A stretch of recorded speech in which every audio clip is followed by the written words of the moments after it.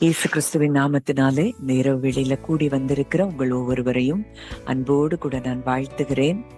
அவருடைய வார்த்தை அது தேனிலும் மதுரமான அவருடைய வார்த்தைகள். அது நம்முடைய வாழ்க்கைக்கு, நம்முடைய பாதைக்கு வெளிச்சமான அவருடைய வார்த்தையை இங்கே தியானிக்கும்படி நம்ம வந்திருக்கிறோம். சங்கீதம் 138:2 அந்த வார்த்தை சொல்லுது, அவருடைய பரிசுத்த நாமத்தை நான் துதிப்பேன். வாசிங்க இந்த வசனத்தை. சங்கீதம் 138:2. உமது பரிசுத்த ஆலயத்துக்கு நேராக நான் பணிந்து உமது கிருபை நிமித்தமும் உமது உண்மை நிமித்தமும் உமது நாமத்தை துதிப்பேன். உமது சகல பிரஸ்தாபத்தை பார்க்கிறோம் உமது வார்த்தையை நீர் மகிமைப்படுத்தி இருக்கிறீர். உமது நாமத்தை துதிப்பேன் அப்படின்னு இங்க தாவீது சொல்றாரு. அந்த நாமம் அப்படின்னாலே, அந்த நாமம் என்பது வெறும் பெயர் மாத்திரம் அல்ல. அந்த நாமம் என்றாலே தேவனுடைய குணம், அவருடைய தன்மை, அவர் எவ்வளவு அதிகாரமும் வல்லமையும் உடையவர், அவர் எவ்வளவு சத்தியம் உள்ளவர் என்பது எல்லாம் அந்த நாமத்துக்குள்ளே அடங்கி இருக்கிறது. அப்போ இங்க இந்த இடத்துல என் சூழ்நிலை நல்லா இருக்கிறதுனால நான் உம்மை துதிப்பேன்னு தாவீது சொல்லல. நீர் யார் என்பதை நான் அறிந்திருந்தபடியினால் நான் உம்மை துதிக்கிறேன். நீர் யார் என்பதை நான் அறிந்திருக்கிறேன். நீர் எவ்வளவு உண்மையுள்ளவர், நீர் எவ்வளவு அன்புள்ளவர், நீர் எவ்வளவு என்மேல் கண்ணோக்கமாய் இருக்கிறவர், நீர் எவ்வளவு வல்லமையுள்ளவர் என்பதை நான் அறிந்திருக்கிறபடியால் நான் உமது நாமத்தை துதிப்பேன். சூழ்நிலைகள் மாறலாம், மனிதர்களுடைய வார்த்தைகள் மாறலாம், நம்முடைய உணர்வுகள் ஒவ்வொரு நாளும் மாறிக்கொண்டே இருக்கலாம். ஆனால் அவரோ நேற்றும் இன்றும் என்றும் மாறாதவராயிருக்கிறார். ஒண்ணு நமக்கு நல்லா புரியணும். அவருடைய நாமம், இயேசு கிறிஸ்து என்கிற நாமம், அதை உச்சரிக்கும் பொழுதே அந்த நாமத்துக்குள்ள இருக்கிற பவர் என்ன அப்படின்னா, அந்த நாமத்தை சொல்லும் பொழுதே வானோர், பூதலத்தோர், பூமியின் கீழானோருடைய முழங்கால் யாவும் முடங்க வேண்டும். என்ன சத்துருவின் கிரியையா இருந்தாலும் அந்த நாமத்தை சொல்லும் பொழுதே அது முடங்கித்தான் ஆக வேண்டும். இதை தாவீது நன்கு அறிந்திருந்தார். உமது பரிசுத்த நாமத்தை நான் துதிப்பேன். அவ்வளவு பெரிய நாமத்தை உடையவர்களாய் நாம் இருக்கிறோம். இன்றைக்கு அந்த நாமம், இயேசு கிறிஸ்து என்னும் நாமத்தை உடையவர் இன்றைக்கு நமக்குள்ளே இருக்கிறார். அவருக்குள்ளே இருக்கிறோம் என்றால் இன்றைக்கு எந்த அதிகாரம் நமக்கு எதிராக செயல்பட முடியும்? அதே வசனம் சொல்லுது, உமது கிருபையின் நிமித்தமும் உமது உண்மையின் நிமித்தமும். 2 வார்த்தைகள், அழகான வார்த்தைகள். கிருபை, உண்மைனா சத்தியம். கிருபை சொல்லுது, நான் உன்னை விட்டு விடவே மாட்டேன். அவருடைய சத்தியம் சொல்லுது, நான் சொன்னதை மாற்ற மாட்டேன். நம்ம உணர்வு சொல்லலாம், தேவன் என்னை கைவிட்டுட்டாரோ, அவர் எனக்கு தூரமா இருக்கிறாரோ, அவர் என்னுடைய ஜெபங்களுக்கு பதில் கொடுக்க மாட்டாரோ, இப்படியெல்லாம் நம்முடைய உணர்வுகள் பேசிக்கொண்டிருக்கலாம். ஆனால் அவருடைய வார்த்தை சொல்லுது, சத்தியமுள்ளவர் சொல்லுகிறார், நான் உன்னை விட்டு விலகுவதும் இல்லை, உன்னை கைவிடுவதும் இல்லை. அப்போ உணர்ச்சிகள் ஒரு நாளும் உண்மையை தீர்மானிக்க முடியாது. அவருடைய வார்த்தை என்னவோ அது மாத்திரமே சத்தியம். அதே பகுதியில் அடுத்த பகுதி சொல்லுது, உமது சகல பிரஸ்தாபத்தை பார்க்கிலும் உமது வார்த்தையை நீர் மகிமைப்படுத்தி இருக்கிறீர். அப்போ வானமும் பூமியும் ஒளிந்து போகும், என் வார்த்தைகளோ ஒளிந்து போகாது. அவர் என்ன சொல்றாரோ அந்த வார்த்தைக்கு அவர் உண்மையுள்ளவராயிருக்கிறார். அவருடைய வார்த்தை ஒரு நாளும் மாறாது. இத நம்ம எவ்வளவு தூரம் நம்ம உணர்ந்திருக்கிறோம்? அவர் என்ன நம்மை குறித்து சொல்லி இருக்கிறாரோ, வேதத்தில் என்னென்ன வாக்குத்தத்தங்கள் நமக்கு கொடுக்கப்பட்டிருக்கிறதோ அது அத்தனையும் சத்தியம். இன்றைக்கு இதெல்லாம் நமக்கு இல்லாம, ஐயோ இது இப்படி இருக்கு, இந்த கடந்த காலத்துல எனக்கு இதெல்லாம் நடந்துச்சு, இன்னும் நாளைக்கு என்ன நடக்க போதோ, நாளன்னைக்கு என்ன நடக்க போதோ, அடுத்த வருஷம் என்ன நடக்க போகுதோ, இப்படி எல்லாம் யோசித்து கொண்டிருக்கிறோமா? எதை திங்க் பண்ணிட்டு இருக்கிறோம்? இது இப்படி ஆயிடுச்சுன்னா என்ன செய்ய, இவங்க இப்படி பேசிட்டாங்களோ, இப்படி திங்க் பண்றாங்களோ, இப்படி ஒரு பக்கம். நாளைக்கு என்ன நடக்க போகுதுன்னு இப்படி எண்ணங்கள் ஒரு பக்கம். இப்படி ஓவர் திங்கிங்ல நம்ம வாழ்ந்து கொண்டு இருக்கிறோமா? இன்றைக்கும் அதை குறித்து தான் நம்ம சற்று தியானிக்க போகிறோம். நம்ம எவ்வளவுக்கு எவ்வளோ ஓவரா திங்க் பண்ணிட்டே இருக்கிறோமோ அவ்வளவுக்கு அவ்வளோ நம்ம தேவனுடைய நன்மையை நாம் அனுபவிக்க முடியாது. அந்த ஓவர் திங்கிங்ல இருந்து எப்படி விடுபடுவது, அதை குறித்து தான் இன்றைக்கு சற்று ஆழமா தியானிக்க போறோம். ஏன்னா எல்லோருக்கும் இது தேவையான ஒரு விஷயம். எல்லாரும் ஒரு டிராப்ல மாட்டிட்டு இருக்கோம்னா அது ஒரே ஒரு விஷயம்தான், இந்த ஓவர் திங்கிங். இதனாலேயே நம்ம பல நேரங்கள்ல ரொம்ப டயர்ட் ஆயிடுறோம். யோசிச்சு யோசிச்சு யோசிச்சு டயர்ட் ஆயிடுறோம்.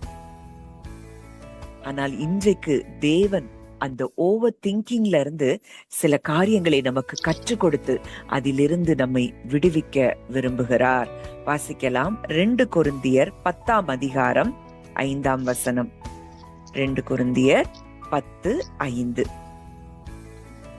அவைகளால் நாங்கள் தர்க்கங்களையும் தேவனை அறிகிற அறிவுக்கு விரோதமாய் எழும்புகிற எல்லா மேட்டிமையையும் நிர்மூலமாக்கி எந்த எண்ணத்தையும் கிறிஸ்துவுக்கு கீழ்ப்படிய சிறைப்படுத்துகிறவர்களாயிருக்கிறோம். அவைகளால் நாங்கள் தர்க்கங்களையும் தேவனை அறிகிற அறிவுக்கு விரோதமாய் எழும்புகிற எல்லா மேட்டிமையையும் நிர்மூலமாக்கி எந்த எண்ணத்தையும் கிறிஸ்துவுக்கு கீழ்ப்படிய சிறைப்படுத்துகிறவர்களாய் இருக்கிறோம். இப்போ ஒண்ணு நல்லா புரியணும். நம்ம தலையில எப்பவுமே ஒரு சக்கரம் போல ஒண்ணு சுழன்று கொண்டே இருக்குது. அது எப்பவாவது நம்ம உணர்ந்திருக்கிறோமா? ஓடிட்டே இருக்கு நம்ம மைண்ட்ல. ஒரு காரியம் நடந்து முடிஞ்சிருச்சு, பாஸ்ட்ல என்னைக்கோ நடந்திருக்கும், ஆனா இன்னைக்கும் அதே நினைச்சு அந்த சக்கரம் சுழன்று கொண்டே இருக்குது.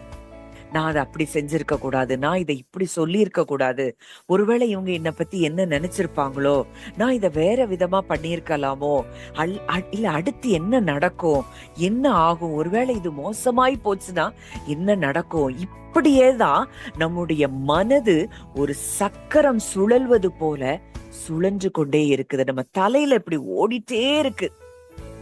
எத்தனை பேர் அதை ஃபீல் பண்ணி இருக்கிறீங்கன்னு தெரியல, உணர்ந்து இருக்கிறீங்கன்னு தெரியல. நம்ம நினைக்கிறோம் நம்ம மனதுல ஏதோ நினைச்சிட்டு இருக்கிறோம் அப்படின்னு நினைக்கிறோம். இல்ல, ஒவ்வொரு எண்ணங்களுக்கு பின்பாகவும் பல காரியங்கள் இருக்குது. ஸ்பிரிச்சுவலா பல காரியங்கள் அங்க நடந்துட்டு இருக்கிறத நம்ம அறிந்து கொள்ள வேண்டும். அப்போ பகல் நேரத்துல நம்ம வேலை செய்யறோம். இப்போ லேடிஸ், நம்ம இங்க எல்லாரும் நிறைய விமன் இருக்கிறதுனால கிச்சன்ல வேலை தான் செய்வோம். ஆனா வேலை செஞ்சிட்டு இருந்தாலும், இல்ல ஆபீஸ்ல வேலை செஞ்சிட்டு இருந்தாலும், என்ன வேலை செஞ்சாலும் வேலை ஒரு பக்கம் நடந்துட்டு இருக்கும், ஆனா மனது வேறொரு பக்கம் இருக்கும். நைட்டு தூங்குறதுக்கு போறோம், உடல் படுத்திருக்கும், ஆனா மனது ஓடிக்கொண்டே இருக்கும். சில நேரங்கள்ல அதிகாலையில 2 மணி 3 மணிக்கெல்லாம் எழும்பிடுவோம். அப்பவும் இன்னும் ஒரு முறை ஏற்கனவே நம்ம யோசிச்சதை யோசிச்சு பார்ப்போமே அப்படின்னு சொல்லி இந்த மனது பழையவற்றை யோசிக்க ஆரம்பிக்கும்.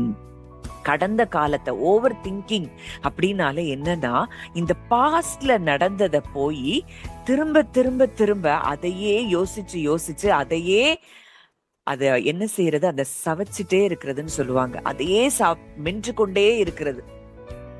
அடுத்ததா எதிர்காலத்துல ஃபியூச்சர்ல நடக்காத விஷயங்களை முன்கூட்டியே கற்பனை பண்ணி பயப்படுறது. இப்படி ஆயிருமோ, இது அப்படி ஆயிருமோ, இது இப்படியா, நான் என்ன செய்யறது?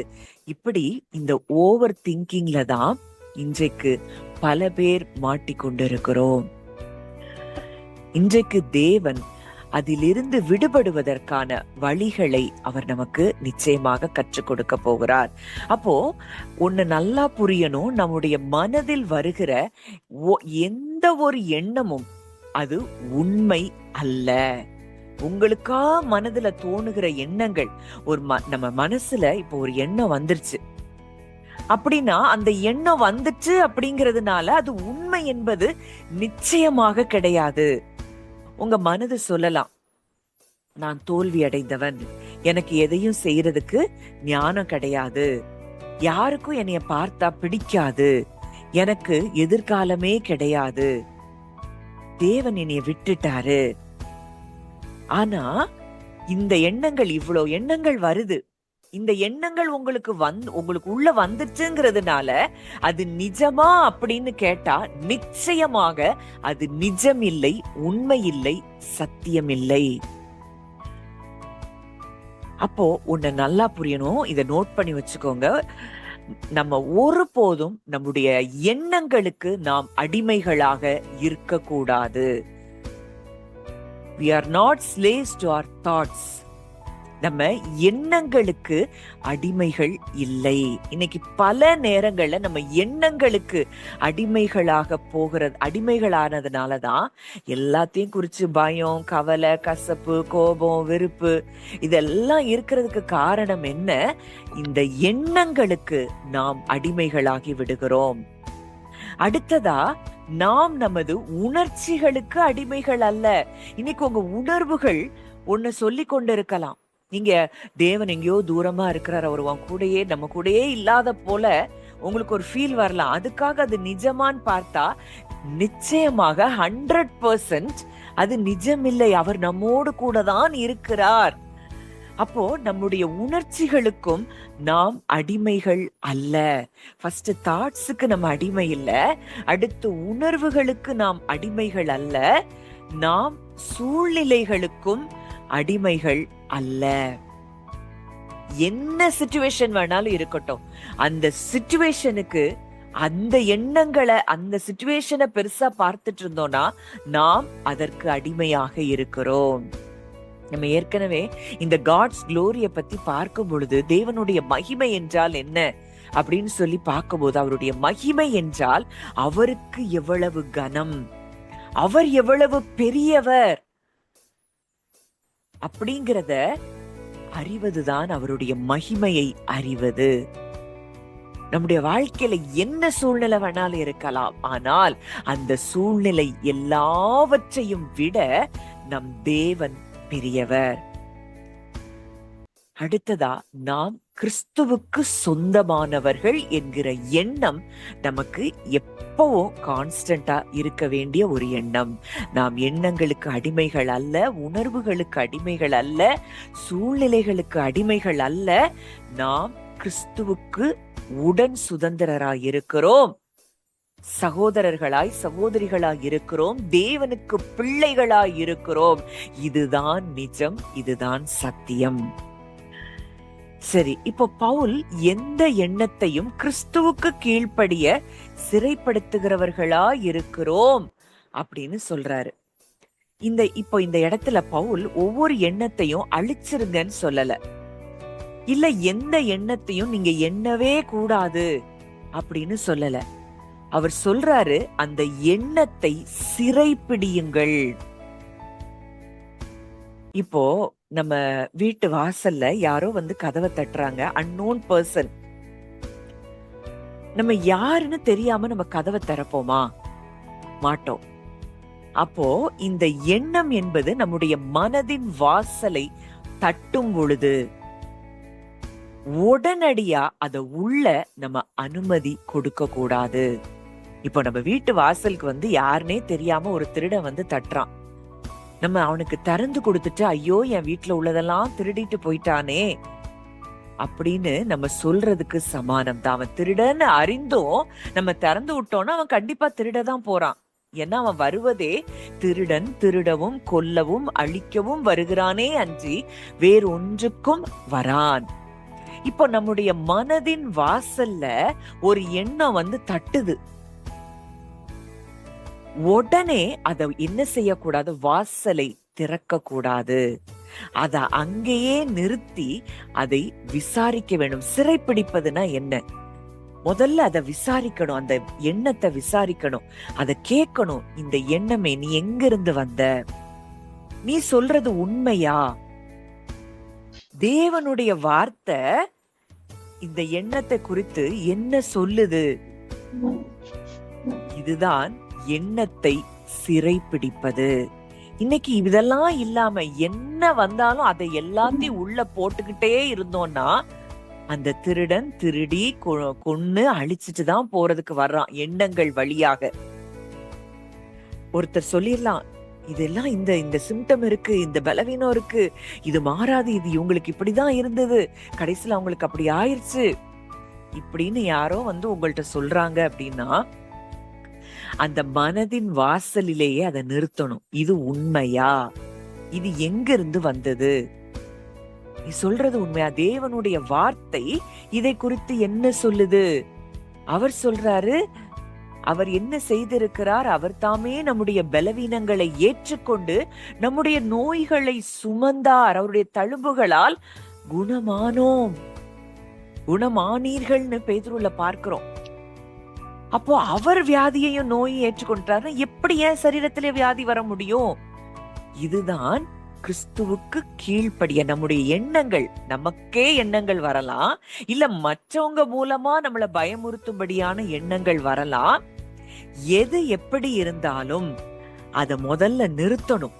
அந்த மனதின் வாசலிலேயே நிறுத்தி அதை விசாரிச்சு அதை கேட்டு, நீ எங்க இருந்து வந்த?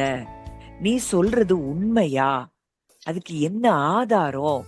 தேவனுடைய வார்த்தை இந்த எண்ணத்தை குறித்து என்ன சொல்லுது அப்படின்னு தீர்மானம் பண்ணுவதுதான் எண்ணங்களை, அதிலிருந்து தேவனுடைய வார்த்தையிலிருந்து அந்த எண்ணத்தை தீர்மானம் பண்ணுவதுதான் எண்ணங்களை சிறை பிடிப்பது. இப்போ ஏதேன் தோட்டத்துல ஃபர்ஸ்ட் அங்க இதுதான் நடக்குது. முதல்ல மனதுக்கான சோதனை.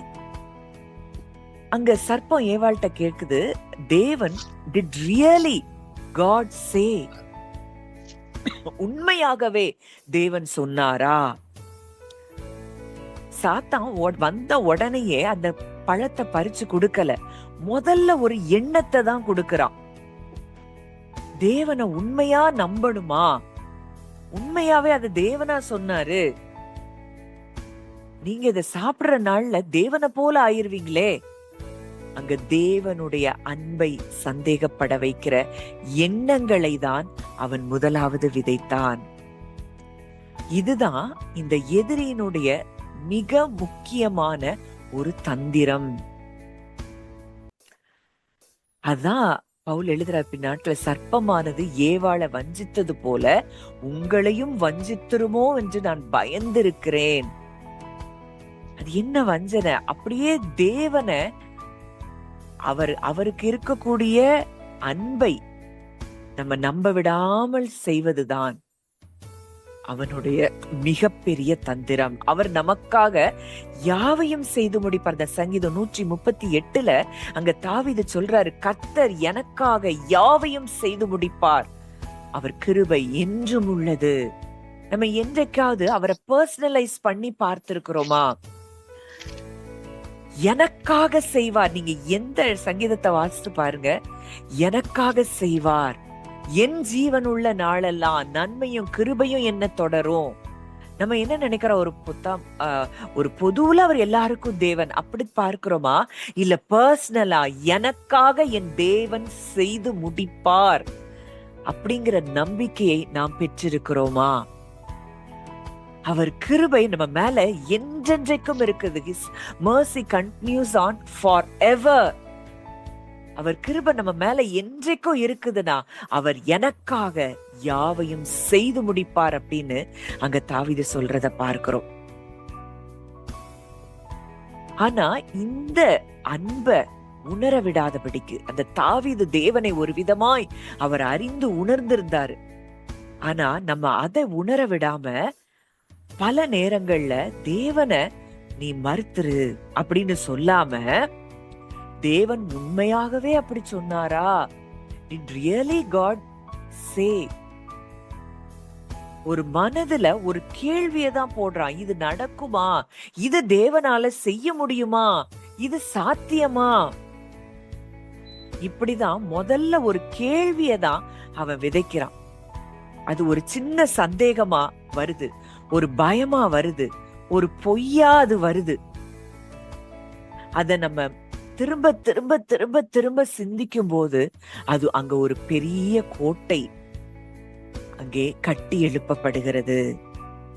அதனாலதான் பவுல் சொல்றாரு, தேவனை அறிகிற அறிவுக்கு விரோதமாய் எழும்புகிற எல்லா மேட்டிமையையும் நிர்மூலமாக்கி, demolishing reasonings and every high thing that exalts itself against the knowledge of God. அவர் அறிகிற அறிவுனா என்ன? அவர் என்னெல்லாம் நமக்காக செய்திருக்கிறார்? அவர் யார்? அவர் எப்படிப்பட்டவர்? சிலுவையில் எனக்காக என்னுடைய நோய்களை, தரித்திரங்களை, என்னுடைய சாபங்களை, பாவங்களை அவர் எல்லாவற்றையும் அவர் சுமந்திருக்கிறார். இனி எதையும் நான் சுமக்க வேண்டுவது இல்லை.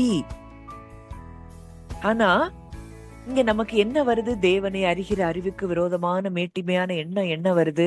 ஐயோ, இங்க அவங்களுக்கு அப்படி வந்துருச்சு, எங்க பக்கத்து வீட்டுல இப்படி ஒரு பெரிய ஒரு கான்டேஜியஸ் டிசீஸ் வந்துருச்சு, எங்களை சுத்தி அப்படி இருக்கு, எங்களுக்கும் வந்துரும், இப்படி நினைச்சிட்டு இருக்கோமா?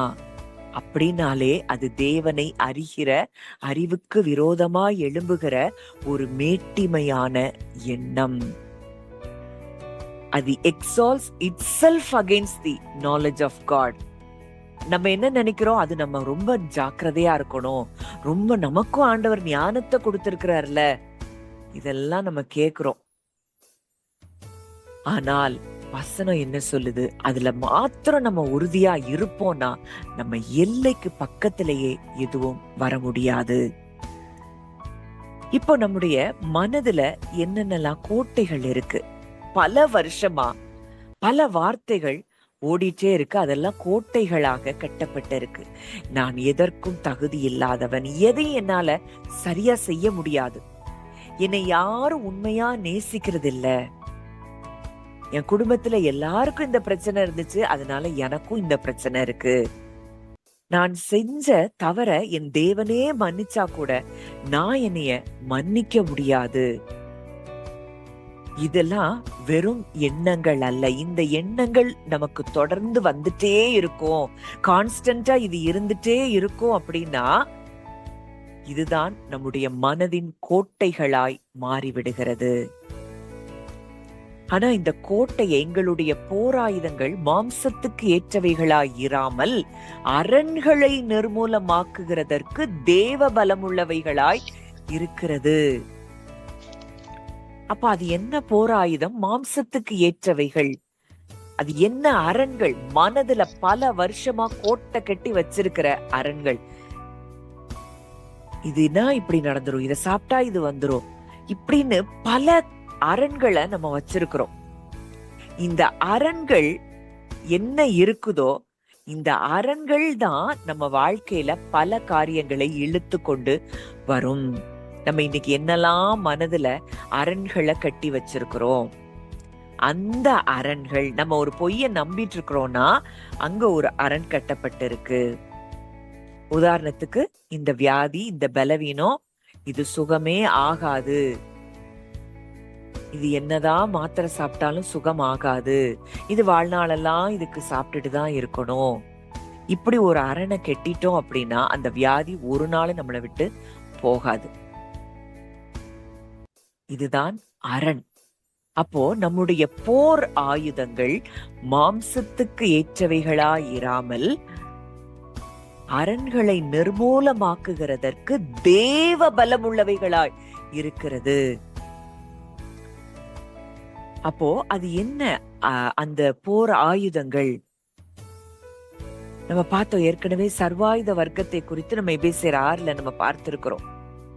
சத்தியம் என்னும் அரைக்கச்சை, இரட்சண்யம் என்னும் தலைச்சீரா, நீதி என்னும் மார்க்கவசம், வசனம் என்கிற ஆவியின் பட்டயம், விசுவாசம் என்னும் கேடகம், இதெல்லாம் அந்த போர் ஆயுதங்களா, சர்வாயுத வர்க்கமா நம்ம பார்க்கிறோம். இதை கொண்டுதான் நம்முடைய எண்ணங்களை நாம் சிறைப்பிடிக்க முடியும், அந்த கோட்டைகளை நிர்மூலமாக்க முடியும்.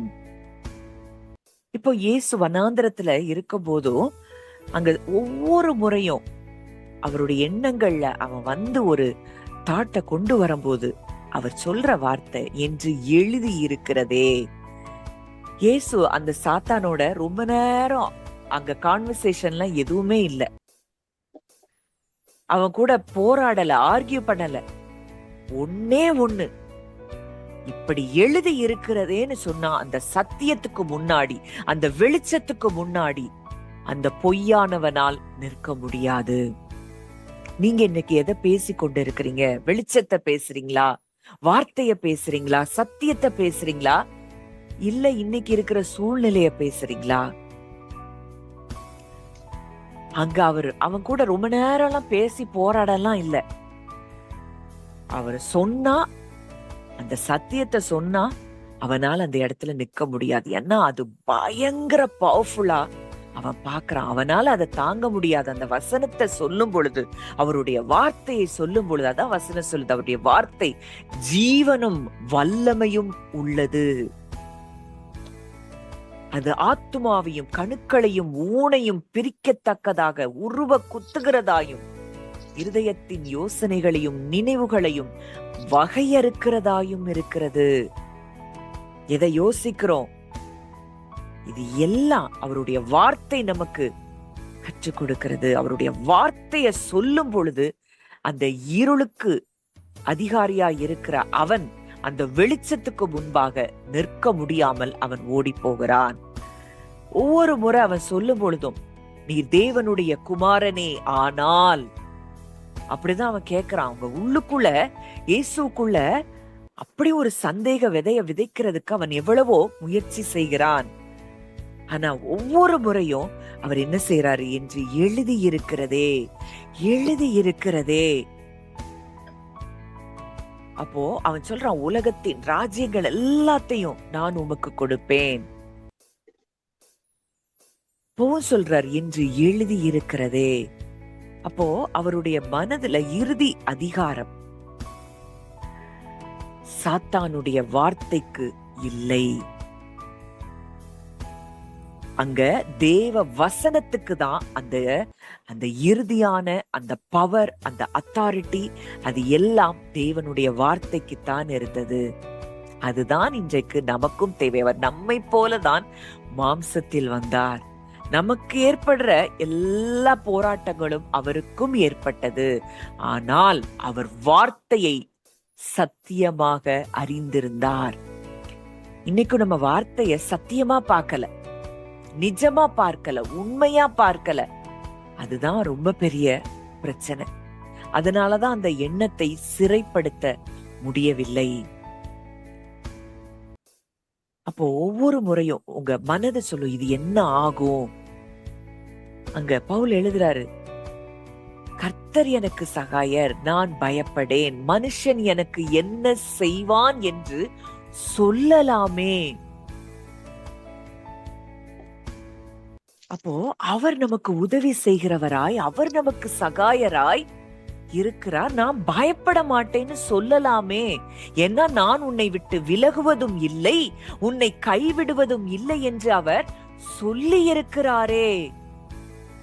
அவர் சொல்லிட்டார்னா அது நிஜமாய் அங்க பவுல் பார்க்கிறாரு. நம்ம எவ்வளவு தூரம் அதை நம்முடைய வாழ்க்கையில நிஜமா பார்க்கிறோம்?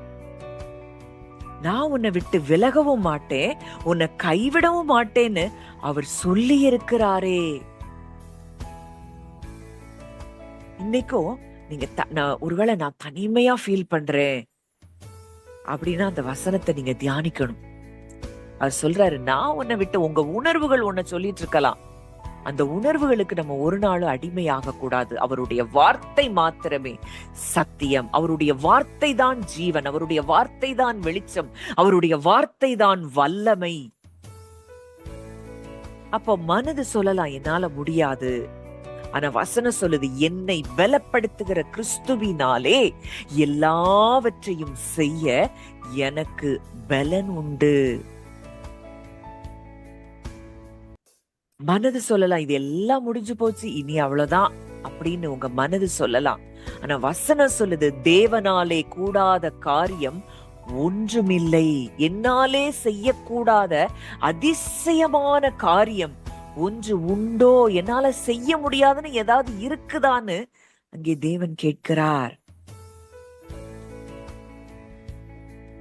இப்போ 1 சாமுவேல் 17 நம்ம பார்க்கிறோம், தாவீது கோலியாத்த அங்க பார்க்கிறதுக்கு முன்பதாக அவன் வந்து நிற்கும் போது அந்த இஸ்ரவேல் மக்கள் எல்லாரும் அந்த மனதின் வாசலை அந்த கோலியாத்துக்கு திறந்து கொடுத்துட்டாங்க.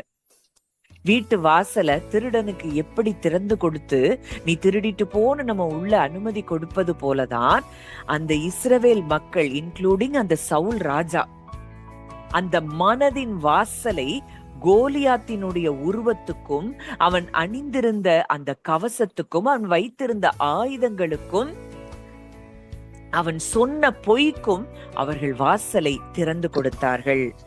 வாசிக்கலாம் அந்த வசனங்களை. 1 சாமுவேல் 17:4 வாசிங்க. இந்த கோலியாத்தை பத்தி சொல்லப்பட்டிருக்கிறது. அப்பொழுது காத் ஊரானாகிய கோலியாத் என்னும் பேருள்ள ஒரு வீரன் பெலிஸ்தரின் பாளையத்திலிருந்து புறப்பட்டு வந்து நடுவே நிற்பான். அவன் உயரம் 6 முழமும் 1 ஜானுமாம். அவன் தன் தலையின் மேல் வெண்கல சீராவை போட்டு ஒரு போர்க்கவசம் தரித்து கொண்டிருப்பான். அந்த கவசத்தின் நிறை 5000 சேர்களான வெண்கலமாயிருக்கும். அவன் தன் கால்களிலே வெண்கல கவசத்தையும் தன் தோள்களின் மேல் வெண்கல கேடகத்தையும் தரித்திருப்பான். அவனுடைய ஈட்டி தாங்கு நெசவுக்காரரின் படைமரத்தின் கனதியும் அவன் ஈட்டின் அழகு 600 சேக்கல் இரும்புமாயிருக்கும். பரிசை பிடிக்கிறவன் அவனுக்கு முன்பாக நடப்பான். இங்க இஸ்ரவேல் ஜனங்கள் அங்க அவன் சொல்றான், உங்கள யாராவது ஒருத்தர் வாங்க, நான் அவனை ஜெயிச்சுட்டேன்னா நீங்க எல்லாரும் எங்களுக்கு வேலைக்காரர், நீங்க என்ன ஜெயிச்சிட்டீங்கன்னா நாங்கெல்லாம் உங்களுக்கு வேலைக்காரரா இருப்போம். நான் அவனை கொன்னுட்டேன்னா நீங்கள் எங்களுக்கு வேலைக்காரரா இருந்து எங்களை சேவிக்கணும்னு சொல்லி அங்க என்ன செய்யறான், ஒவ்வொரு நாளும் அங்க இஸ்ரவேலரை நிந்தித்து கொண்டிருந்தான். அங்க வாசிக்கலாம் 11வது வசனம். சவுலும் இஸ்ரவேல் அனைவரும் அந்த பெலிஸ்தனுடைய வார்த்தையை கேட்டு கலங்கி மிகவும் பயப்பட்டார்கள். சவுலும் இஸ்ரவேலர் அனைவரும் அந்த பெலிஸ்தனுடைய வார்த்தைகளை கேட்டு கலங்கி மிகவும் பயப்பட்டார்கள். ஃபர்ஸ்ட் ஒண்ணு நல்லா புரியணும், விசுவாசமும் கேட்கறதுனாலதான் வரும், பயமும் கேட்கறதுனாலதான் வருது. எந்த எண்ணத்தை, திடீர்னு ஒரு எண்ணத்தை நமக்கு வருது, எண்ணம் வருது. இது எப்படி? கேட்கறதுனால இந்த எண்ணங்கள், மனதின் வாசலை இவங்க திறந்து கொடுத்துட்டாங்க. அவனுடைய சத்தத்துக்கு இவங்க மனதின் வாசலை திறந்து கொடுத்து விட்டார்கள். அந்த எண்ணங்கள், அங்க அவன் பேசினவைகள் இவர்களை சிறை பிடித்து கொண்டது. அந்த எண்ணங்கள் இவங்களை சிறை பிடித்துச்சு.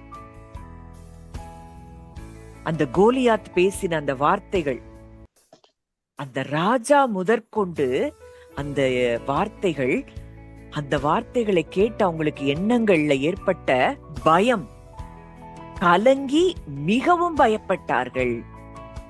இங்க இதே தேசத்துல உள்ள, இதே இஸ்ரவேல்ல இருக்கிற சிறுவன் தான் தாவீது. அவன் தன்னுடைய மனதின் வாசலை எப்படி பாதுகாத்தான்? அங்க பார்க்கிறோம் அதே அதிகாரம். அந்த தாவீதுக்கு இந்த சம்பவம், அண்ணன்மாரை பாக்குறதுக்கு அங்க வரும்போது அங்க தாவீது கிட்ட இந்த விஷயத்தெல்லாம் சொல்றாங்க. அவன் தன் மனதுல எப்படி பாதுகாத்து கொண்டான் அப்படிங்கிறத நம்ம பார்க்கணும். 37 வாசிங்க. இன்னும் தாவீது, என்னை சிங்கத்தின் கைக்கும் கரடியின் கைக்கும் தப்புவித்த கர்த்தர் இந்த பெலிஸ்தனுடைய கைக்கும் தப்புவிப்பார் என்றான். அப்பொழுது சவுல் தாவீதை பார்த்து, ஓ, கர்த்தர் உன்னுடனே கூட இருப்பாராக என்றான். அவனுக்கு கொஞ்சம் கூட பயம் என்பதே இல்ல. அவ்வளவு பெரிய இவங்கெல்லாம் கோலியாத்தை பார்த்து, அவன் போட்ட ட்ரெஸ்ஸ பார்த்து, அவன் வைச்சிருந்த அந்த வெப்பன்ஸ பார்த்து பயப்படுறாங்க. தாவீதுக்கு ஒரு துளி அளவு கூட மனதில் பயம் என்பது இல்லை. ஏன்னா மனதின் வாசலை அவன் காத்து கொண்டிருந்தான். அதனாலதான் நீதிமொழிகள்ல பார்க்கிறோம், எல்லா காவலோடும் உன் இருதயத்தை காத்துக்கொள். இங்க சுத்தமா அவனுக்கு பயமே இல்லை. அங்க அவன்கிட்ட தாவீத கோலியாத்தை பார்த்து சொல்றான். வாசிக்கலாம் 45. அதற்கு தாவீது பெலிஸ்தனை நோக்கி, நீ பட்டயத்தோடும் ஈட்டியோடும் கேடகத்தோடும் என்னிடத்தில் வருகிறாய். நானோ நீ நிந்தித்த இஸ்ரவேலுடைய இராணுவங்களின் தேவனாகிய சேனைகளுடைய கர்த்தரின் நாமத்திலே உன்னிடத்தில் வருகிறேன். அடுத்த வசனம். இன்றைய தினம் கர்த்தர் உன்னை என் கையில் ஒப்பு கொடுப்பார். நான் உன்னை கொன்று உன் தலையை உன்னை விட்டு வாங்கி பெலிஸ்தருடைய பாளையத்தின் பிணங்களை இன்றைய தினம் ஆகாயத்து பறவைகளுக்கும் பூமியின் காட்டு மிருகங்களுக்கும் கொடுப்பேன். அதனால் இஸ்ரவேலின் தேவன் ஒருவர் உண்டு என்று பூலோகத்தார் எல்லோரும் அறிந்து கொள்வார்கள். அடுத்தது, கர்த்தர் பட்டயத்தினாலும் ஈட்டியினாலும் ரட்சிக்கிறவர் அல்ல என்று இந்த ஜனக்கூட்டம் எல்லாம் அறிந்து கொள்ளும். யுத்தம் கர்த்தருடையது, அவர் உங்களை எங்கள் கையில் ஒப்பு கொடுப்பார் என்றார். இங்க வசனம் சொல்லுது, நீ பட்டயத்தோடும் ஈட்டியோடும் கேடகத்தோடும் என்னிடத்தில் வருகிறாய். நானோ நீ நிந்தித்த இஸ்ரவேலுடைய இராணுவங்களின் தேவனாகிய சேனைகளுடைய கர்த்தரின் நாமத்திலே வருகிறேன். அந்த நாமத்துக்குள்ளேயே அவருக்கு என்னென்ன பவர் இருக்கு, இவ்வளவு அதிகாரம் இருக்கு. அவர் சேனைகளின் கர்த்தர். இதையெல்லாம் தாவீது அறிந்து வைத்திருந்தான். ஜீவனுள்ள தேவனுடைய சேனைகளை நிந்திக்கிறதற்கு விருத்த சேதனம் இல்லாத இந்த பெலிஸ்தன் எம்மாத்திரம் அப்படின்னு அங்க சொல்றாரு. இந்த மனதின் வாசலை காத்து கொண்டவர்கள் எப்படி இருப்பாங்க? தைரியமா இருப்பாங்க. எதை பார்த்தும் கலங்க மாட்டாங்க. அந்த எண்ணங்களை உடனடியாக சிறப்பிடிச்சிருவாங்க. அப்போ மனதுல ஒரு எண்ணம் வரும்போதே, ஒரு பயம் வருதோ, ஒரு கவலை வருதோ, இல்ல எதிர்காலத்தை குறித்த ஒரு கவலையோ, இல்ல மனித வார்த்தைகளோ, எதுவா இருந்தாலும் அது மனதில் நுழைவதற்கு முன்னதாகவே அத முதல்ல நிறுத்தணும். வாசலையே நிறுத்தி அதை விசாரிச்சு, இது எங்க இருந்து வருது, இந்த வார்த்தை இது நிஜமா, தேவனுடைய வார்த்தையின்படி இது உண்மையா அப்படின்னு அதை விசாரிப்பதற்கு பெயர்தான் சிறைப்பிடிப்பது. இன்னைக்கு சிறைப்பிடிக்க எண்ணங்களை அழிக்கவும் முடியாது. அவர் அதை சொல்லவே இல்லை, எண்ணங்களை அழிக்காதீங்க, எண்ணாதீங்க, எதையாவது நீங்க யோசிக்காதீங்கன்னு சொன்னாதான் அதை யோசிக்கிறதுக்கு தோணும். இத நினைக்க கூடாது, நீங்க குரங்க நினைக்க கூடாது அப்படின்னு சொன்னா குரங்குதான் நினைப்போம். அத சொல்லல. அவர் என்ன சொல்றாரு? ஒரு எண்ணம் வரும் பொழுதே அது எங்கிருந்து வருகிறது அதை விசாரிக்க வேண்டும். இதுதான் எண்ணங்களை சிறைப்பிடிப்பது. எந்த எண்ணத்தையும் கிறிஸ்துவுக்கு கீழ்ப்படிய சிறைப்படுத்துகிறவர்களாய் இருக்கிறோம். ஒரு கோபம் வருது, ஒரு எரிச்சல் வருது, ஒரு கசப்பு வருது, இது எங்க இருந்து வருது? உங்களுக்குள்ள தேவ அன்பு பரிபூரணமா ஊற்றப்பட்டிருக்கு. ஆனா அதையும் மீறி உங்களுக்கு எரிச்சலோ கசப்போ கோபமோ வருதுன்னா அது எங்க இருந்து வருது? அதை நிறுத்தணும். முதல்ல நின்னு விசாரிக்கணும், நீ எங்க இருந்து வர்ற. ஆனா இன்னைக்கு அப்படியெல்லாம் இல்லாம அது பாட்டுக்கு நம்ம மைண்ட்ல தாட்ஸ் அப்படியே ஒரு அந்த சக்கரை சுழல்றது போல சுழஞ்சு கொண்டே இருக்கு, ஓடிக்கிட்டே இருக்கு, கண்ட்ரோல் இல்லாம ஓடுது. அப்படி இருக்கிற மனம் ஒருபோதும் தேவனிடத்தில் ஒன்றையும் பெற முடியாது. இரு மனம் உள்ளவன் தன் வழிகளில் எல்லாம் நிலையற்றவனாயிருக்கிறான். அவன் தான் தேவனிடத்தில் எதையாகிலும் கேட்டு பெறலாம் என்று நினையாதிருப்பானாக. அவர் செய்யறதுக்கு ரெடி. ஆனா இங்க நம்ம மைண்ட் எப்படி இருக்கு, தாட்ஸ் எப்படி இருக்கு? ஒருவனுடைய இருதயத்தின் நினைவு எப்படியோ அப்படியே அவன் இருக்கிறான். என் தாட் எப்படியோ அப்படித்தான் நம்ம இருப்போம். இன்னைக்கு அததான் சொல்றாங்க, நம்முடைய தாட்ஸ் தான் நமக்கு எனர்ஜியா இருக்கான். நம்மளை சுற்றிலும் அது ஒரு எனர்ஜியா அது இருக்கு. அது அந்த எனர்ஜி, அந்த தாட்ஸ் எதை சிந்திச்சுட்டே இருக்கோ அதை எல்லாம் இந்த பூமி நமக்கு கொண்டு வரும். சிலருக்கு ஐயோ என் வீட்டுக்கு திருட வந்துருவானோ, திருட வந்துருவானோ, திருட வந்துருவானோ, இப்படி ஆள் மனதுல எண்ணம் பயம் இருக்கும்னா வசனம் சொல்லுது, கர்த்தர் வீட்டை காவாராகில் காவலாளர் விழித்திருக்கிறது விருதா. அவர் என் வீட்டை பாதுகாக்கிறாரு, என் வீட்டுக்கு எந்த திருடன் வர முடியும் அப்படின்னு நினைக்கும் போது அந்த பரலோக பாதுகாப்பு நம்ம வீட்டுக்கு இருக்கும். ஆனா திருட வந்துருவான்னா நிச்சயமா அந்த ஊர்ல இருக்கிற திருடனுக்கு நாமே ஒரு என்ன கொடுக்கிறோம், ஒரு சிக்னல் கொடுக்கிறோம், என் வீட்டுக்கு வா. இததான் இன்னைக்கு என்னெல்லாமோ சொல்லிட்டு இருக்கிறாங்க. இதுதான் நிஜம். இன்றைக்கு நம்முடைய எண்ணங்கள் எப்படி இருக்குது? ஓவர் திங்கிங்ல இப்படி ஆயிருமோ, அப்படி ஆயிருமோ, இது நடந்துருமோ, அது நடந்துருமோ, நாளைக்கு என்ன ஆகும், இது இப்படி ஆயிருச்சுன்னா நான் என்ன செய்யறது? நடந்திருக்கவே செய்யாது. அன்றைக்கு இஸ்ரவேல் மக்கள் முழுவதும் அழுதாங்களாம். அந்த 10 வேவுக்காரங்க சொன்ன வார்த்தையை கேட்டு ஒண்ணுமே நடக்கல. இப்படித்தான் நம்முடைய மனதும் ஓடிக்கொண்டிருக்கிறது என்றால், இன்றைக்கு கொஞ்சம் உங்க எண்ணங்களை நீங்க வாசல்லையே நிறுத்தி, அது தேவையா, தேவை இல்லையா, எதை உள்ள விடணும், எதை உள்ள விடக்கூடாது, அதை நம்ம தான் சிறைப்பிடிக்க வேண்டும். சிறைப்பிடிக்கிறதுனா முதல்ல நிறுத்தணும், அடுத்து விசாரிக்கணும், அடுத்து அவருடைய வார்த்தையின்படி இது உண்மையா. எலியா ஒரு பெரிய தீர்க்கதரிசி. கர்மேல் மலையில பயங்கரமான ஒரு பெரிய வெற்றி, அக்கினி வானத்திலிருந்து இறக்கி இருக்காரு. அடுத்த அதிகாரத்துல ஏசபேலுடைய வார்த்தையை கேட்டு பயந்து சூறை செடியில போய் கீழே உட்கார்ந்து, போதும் கர்த்தாவே, என் ஆத்துமாவை எடுத்துக்கொள்ளும். மனதின் வாசலை அவர் ஏசபேலின் வார்த்தைக்கு திறந்து விட்டார். இன்னைக்கு நம்ம எதை திறந்து வச்சிருக்கிறோம்? யாருக்கு திறந்து வச்சிருக்கிறோம்? அங்க சொல்றாரு, நான் மட்டும்தான் இன்னும் மீதியா இருக்கேன். ஆண்டவர் சொல்றாரு, இன்னும் 7000 பேர் உனக்கா மீதியா வச்சிருக்கிறேன். எலியா சொல்றாரு, நான் மட்டும்தான் இருக்கேன், நான் மட்டும்தான் இப்படி, என் வாழ்க்கை தான் இப்படி இருக்கு, எல்லாரும் நல்லா இருக்காங்க. இப்படி எல்லாம் பல எண்ணங்கள் உங்களுக்கு வருதுன்னா, அந்த எண்ணங்களை நீங்கள் இன்றைக்கே சிறைப்பிடிக்க வேண்டும். அது நிஜம் அல்ல. அப்போ நம்முடைய உணர்வு ஒரு நாளும் உண்மையை அது என்ன செய்ய முடியாது, ஏற்றுக்கொள்ள முடியாது. நம்ம தனிமையா உணரலாம், நம்பிக்கையற்றவர்களா உணரலாம், எல்லாம் முடிந்து போனதை போல உணரலாம்.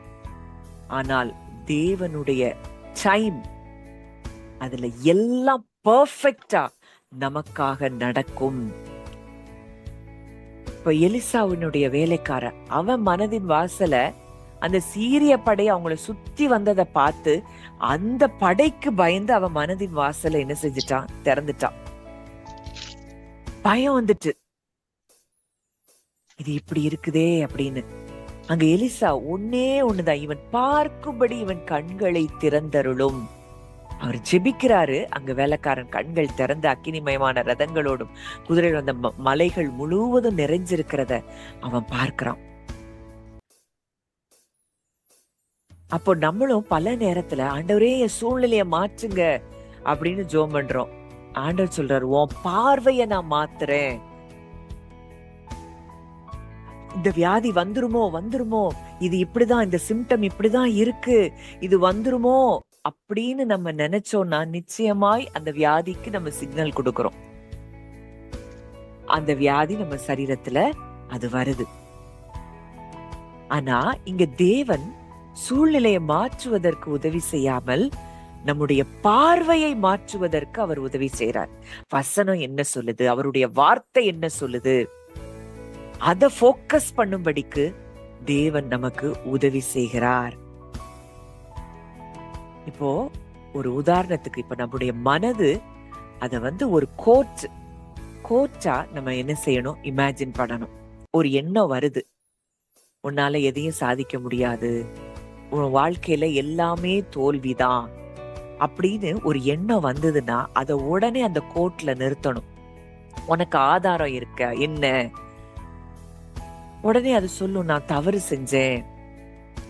சரி, அடுத்த கேள்வி, ஒரு தவறு செஞ்சுட்டா முழுமையாவே வீழ்ச்சிதானா, எழும்பவே முடியாதா அப்படின்னா, அங்க பரிசுத்த ஆவியானவர் என்னும் அட்வொகேட் நமக்கு ஒரு வார்த்தையை எடுத்து தருவாரு.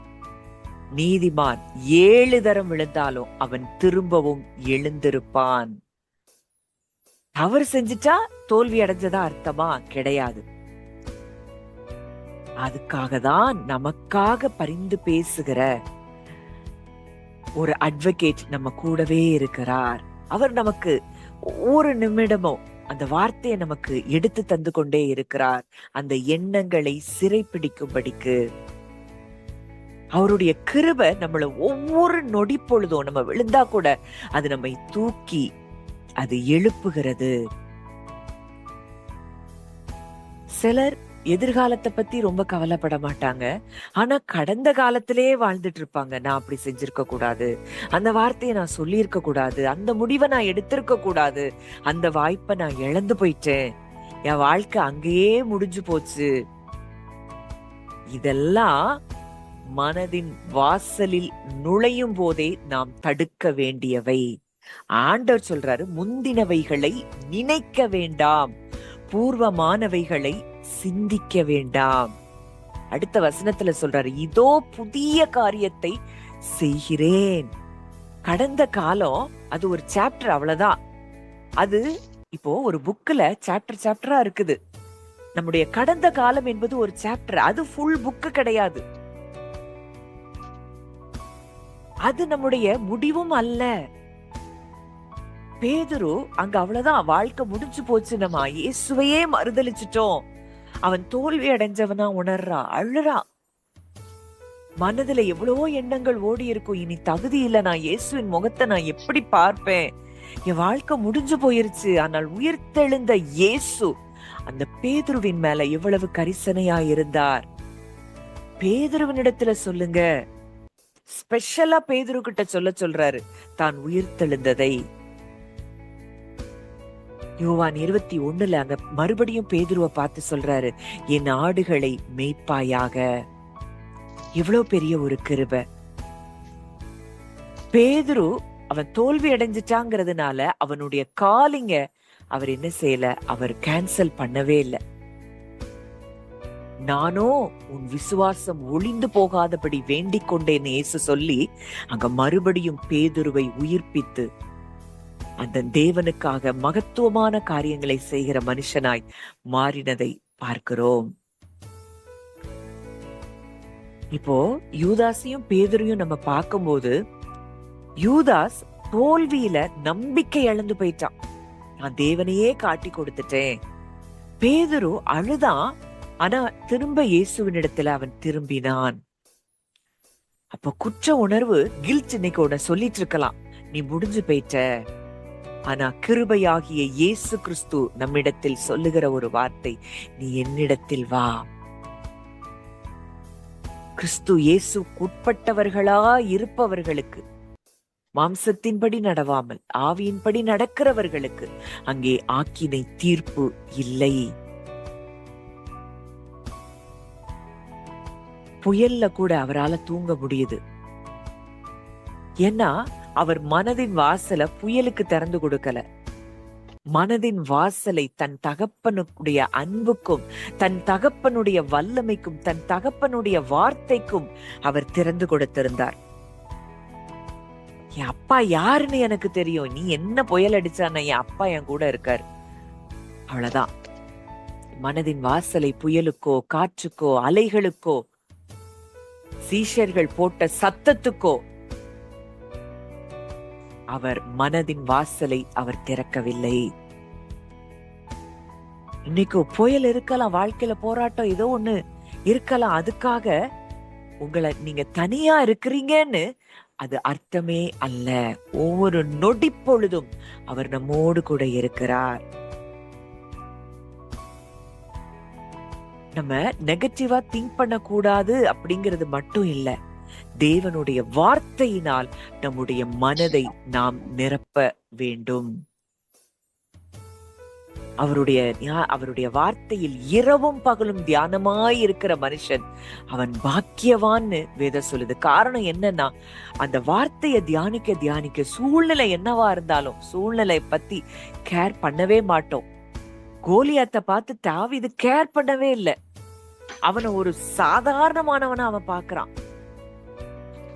ஆனா வார்த்தை இல்ல, வார்த்தைய நம்ம தியானிக்கல, வார்த்தைய கேட்கல, அப்படின்னா நம்ம என்ன செய்றோம்? எண்ணங்கள் நம்மை மேற்கொள்ள ஆரம்பிக்கிறது.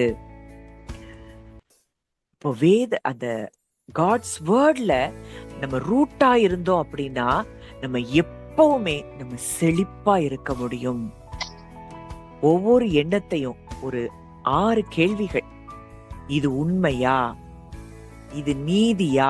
இது சுத்தமா? நம்ம பாக்குறோம் பிலிப்பியர்ல, உண்மை உள்ளவைகள் எவைகளோ, ஒழுக்கம் உள்ளவைகள் எவைகளோ, கற்புள்ளவைகள் எவைகளோ, அன்புள்ளவைகள் எவைகளோ, நற்கீர்த்தி உள்ளவைகள் எவைகளோ, புண்ணியம் எதுவோ, புகழ் எதுவோ, இவைகளையே சிந்தித்துக் கொண்டிருங்கள்.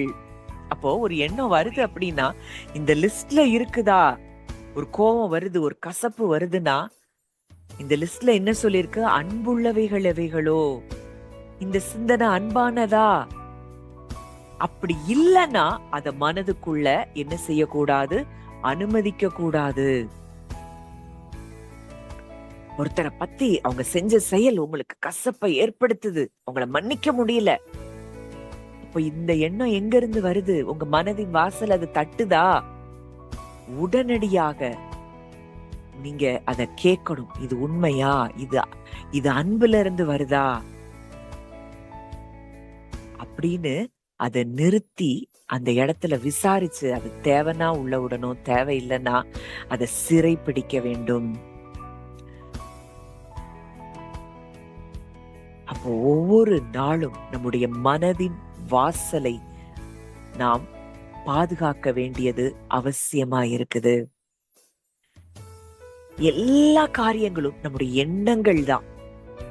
நம்முடைய எண்ணங்கள் எப்படி இருக்குதோ, நம்ம சொல்லுவோம், இத சிலர் சொல்லுவாங்க, நாங்க இப்படிலாம் வந்துச்சு, கனவு இப்படி வந்துச்சு, இப்படிப்பா ஆண்டவர் எங்களுக்கு காட்டினார், அது அப்படியே நடந்துச்சு. இல்ல, அவர் உங்களை பயமுறுத்துகிற தேவன் அல்ல.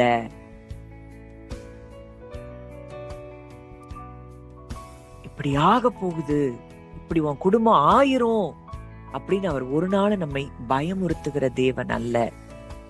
அத நல்லா புரியணும். நம்மள பயமுறுத்தி தான் ஒண்ணு அவருக்கு செய்யணுங்கிறது அவர் உண்மையாவே அது அவர் அன்பு கிடையாது. அவருடைய அன்பு என்பது எல்லாவற்றையும் நமக்காக துறந்து வந்த அந்த அன்புடைய ஒரு தகப்பன் நம்மை பயமுறுத்தி ஒரு நாளும் பார்க்க மாட்டார். அவர் வார்த்தை என்ன சொல்லுது அத மாத்திரம் நம்ம உறுதியாய் நின்று நம்முடைய மனதின் எண்ணங்களை சிறைப்பிடிப்போம் என்றால் நம்முடைய வாழ்க்கை நிச்சயமாக வெற்றியுள்ள வாழ்க்கையாகத்தான் இருக்கும். அதனால ஒவ்வொரு நாளும் நீங்க நம்பிக்கை இழக்காதபடி, சோர்ந்து போகாதபடி, என் தேவன் என்னோடு கூட இருக்கிறார், அவர் என்னை ஒரு நாள் என்னைய தனியா விடல, என் மனதுல ஓடிட்டு இருக்கிற எல்லா பயம், கவலை, குழப்பம் எல்லாத்தையும் அவர் பாதத்துல நான் வைக்கிறேன். அந்த எண்ணம் எதுவும் உண்மை அல்ல. ஒரு பயம், வசனம் சொல்லுது, தேவன் நமக்கு பயமுள்ள ஆவியை கொடாமல் பலமும் அன்பும் தெளிந்த புத்தியும் உள்ள ஆவியையே கொடுத்திருக்கிறார். பயம் வருதா? அன்பற்ற ஒரு ஆவி வருதா? தெளிந்த புத்தி இல்ல, கன்ஃபியூஸ்ட் மைண்டா இருக்குதா? அது நிச்சயமாய் தேவனிடத்திலிருந்து வரவில்லை. அப்போ நம்முடைய மனதின் கதவை நம்ம காப்பது மிக அவசியம். பயம் வரும்போது அவருடைய வார்த்தையை நம்ம நினைவு கூற வேண்டும். அதுக்கு பரிசுத்த ஆவியானவர் நிச்சயமாய் நமக்கு உதவி செய்கிறவராய் இருக்கிறார். அப்போ எந்த அளவுக்கு நம்முடைய எண்ணங்களை நாம் சிறை பிடிக்கிறோமோ அந்த அளவுக்கு நம்ம அது எப்படி போல்டு, நீதிமானோ சிங்கத்தை போல தைரியமா இருப்பான் என்று சொல்லுகிற இடத்துக்கு நம்மால வர முடியும். அப்போ நல்ல ஒரு சில காரியங்களை சொல்றேன், உங்க மனதுல நன்றாக ஆழமாக பதிக்க வேண்டிய ஒரு காரியம். நம்முடைய மனதில் வருகிற ஒவ்வொரு எண்ணமும் அது உண்மை அல்ல. நம்முடைய உணர்வுகள் எல்லாம் உண்மை அல்ல. தேவனுடைய வார்த்தை தான் இறுதியான உண்மையும் சத்தியமாய் இருக்கிறது. நம்ம எண்ணங்களை நாம் அழிக்க வேண்டுவதில்லை, அதை கிறிஸ்துவுக்கு கீழ் கொண்டு வர வேண்டும். நம்முடைய பயத்தை விட நம் தேவன் பெரியவர். நம்முடைய கடந்த காலத்தை விட அவருடைய கிருபை பெருசு. நம்ம கடந்த காலத்துல அப்படி செஞ்சுட்டோமே, இப்படி செஞ்சுட்டோமே, மன்னிப்பு இருக்கா இல்லையா, இப்படியெல்லாம் நம்ம நினைக்கிறோம். ஆனா அவருடைய கிருபை அதை விட பெரியது. என் எண்ணங்கள் என் ஆண்டவன் அல்ல. அத நல்லா புரியணும். இந்த தாட்ஸ் நம்மள ஒரு நாளும் ஆளுகை செய்யக்கூடாது. இயேசு கிறிஸ்துவே என் ஆண்டவர் அப்படிங்கிற இடத்துக்கு நம்ம எப்போ வருகிறோமோ அப்போ முற்றிலுமாய் நம்முடைய எண்ணங்களை கிறிஸ்துவுக்கு கீழ்ப்படிய சிறைப்படுத்தினவர்களாய் இருக்கிறோம். இதை உணர்ந்தவர்களா நம்ம கொஞ்ச நேரம் அப்படியே நம்ம ஜெபிக்கலாம். அப்பா, ஒவ்வொருத்தரும் நீங்க உணர்ந்து நீங்க ஜெபம் பண்ணுங்க. என்னுடைய எண்ணங்கள்ல இருக்கிற இந்த ஓட்டங்கள் அது நிற்கட்டும். நான் அமர்ந்திருந்து நீரே தேவன் என்பதை நான் அறிந்து கொள்ள எனக்கு உதவி செய்யும் தகப்பனேன்னு சொல்லி நீங்க ஜெபம் பண்ணுங்க. எங்க மனதுல ஓடிட்டு இருக்கிற எல்லா எண்ணங்களையும், கவலைகளையும், குழப்பங்களையும் உங்க பாதபடியில நாங்க இறக்கி வைக்கிறோம் அப்பா. பொய்யையும் சத்தியத்தையும் நாங்கள் டிசர்ன் பண்ணி அதை உணரக்கூடிய ஞானத்தை நீங்க எங்களுக்கு தாங்கப்பா. எங்கள் மனதின் வாசலை, கதவை காத்து கொள்ளும்படி எங்களுக்கு நீங்க கிருபை தாங்க. பயம் வரும்போது உங்க வார்த்தையை ஆவியானவரே எங்களுக்கு நீங்க நினைப்பூட்டுங்க. கடந்த காலம் அது எங்களை பயம் காட்டும் பொழுது உங்களுடைய மன்னிப்பின் அன்பை நினைவு கூறுவதற்கு எங்களுக்கு நீங்க உதவி செய்யுங்க. எதிர்காலத்தை பத்தி ஒருவேளை ஒரு கவலை இருக்கும் அப்படின்னா எங்க எதிர்காலம் உங்க கரங்கள்ல இருக்குதுங்கிறத நாங்க உணர உதவி செய்யுங்க. எங்கள் மனதில் இதுவரைக்கும் இத்தனை வருஷ காலமா கட்டப்பட்டிருந்த எல்லா கோட்டைகளும், பொய்யான கோட்டைகளும் உமது சத்தியத்தால் அது நிர்மூலமாக்கப்பட்டு போவதாக. எங்கள் சிந்தனைகள் கிறிஸ்துவுக்கு கீழ்ப்படியட்டும். எங்களுடைய இருதயங்களிலே தேவ சமாதானம் ஆளுகை செய்யட்டும். நாங்க சூழ்நிலை ஒரு நாளும் பார்க்காதபடிக்கு அவரை மாத்திரமே நோக்கி பார்க்கக்கூடிய, உங்களை மாத்திரமே நோக்கி பார்க்கக்கூடிய இருதயமாய் எங்கள் இருதயம் மாறட்டும். புயலை விட நீர் பெரியவர், சூழ்நிலையை விட நீர் பெரியவர், கோலியாத்தை விட நீர் பெரியவர், இயேசபேலை விட, எதிரிகளின் படைகளை விட நீர் பெரியவர். அப்பா, உமக்கு நாங்கள் நன்றி செலுத்துகிறோம். இந்த நாள்ல இருந்து நாங்க ஒவ்வொருவரும் எங்கள் மனதில் வருகிற எண்ணங்களை சிறைப்பிடிக்க எங்களுக்கு உதவி செய்யுங்க. பவுல் சொன்னது போல எங்களுக்கோ கிறிஸ்துவின் சிந்தை உண்டாயிருக்கிறது என்ற அந்த வார்த்தையின்படி கிறிஸ்துவின் சிந்தையை உடையவர்களாய் நாங்கள் வாழ எங்களுக்கு உதவி செய்யுங்கப்பா. வந்த ஒவ்வொருவரையும் நான் மனதார பிளஸ் பண்றேன். விதைக்கப்பட்ட இந்த வார்த்தைகள் ஒவ்வொருவருக்குள்ளும் அது 100 மடங்கு பலன் தரும்படியாக நாங்கள் ஜெபிக்கிறோம். உம்முடைய கரங்களிலே எங்களை தாழ்த்தி ஒப்பு கொடுக்கிறோம். காத்துக்கொள்ளும், வழி நடத்தும். இயேசுவின் மூலம் கேட்கிறோம் ஜீவனுள்ள நல்ல பிதாவே. ஆமேன், ஆமேன்.